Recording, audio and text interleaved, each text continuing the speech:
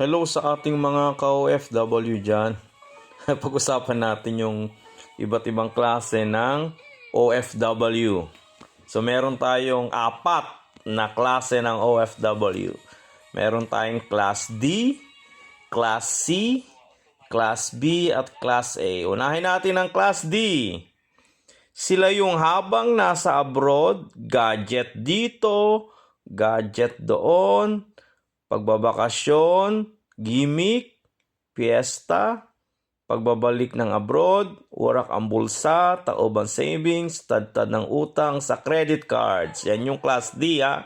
Yan yung mga class o Class C tayo, Class C. Sila naman yung habang nasa abroad ay magpapatayo ng mansyon, magpapaganda ng bahay, bili ng kotse, sound system, palagay ng bakod na marmol. Pag-uwi ng Pinas, may bahay at kotse naman.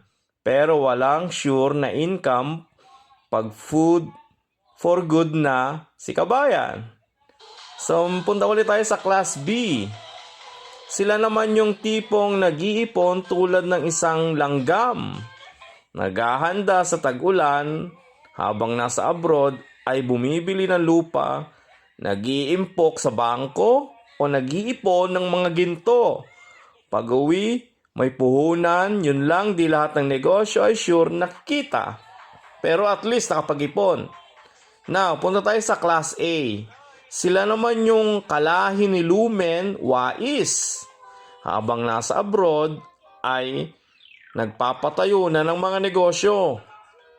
Nagpaparami ng source of income hanggang sa panahon na gumana na ang makinarya at umuwi na sila para asikasuhin na ang naipundar nila. So mga ka-OFW, saan kayong class dito? So magandang pagnilayan kabayan. So ang hirap maging OFW ng panghabang buhay na hindi laging pagtanda mo nasa abroad ka pa rin. Bye-bye. Thank you.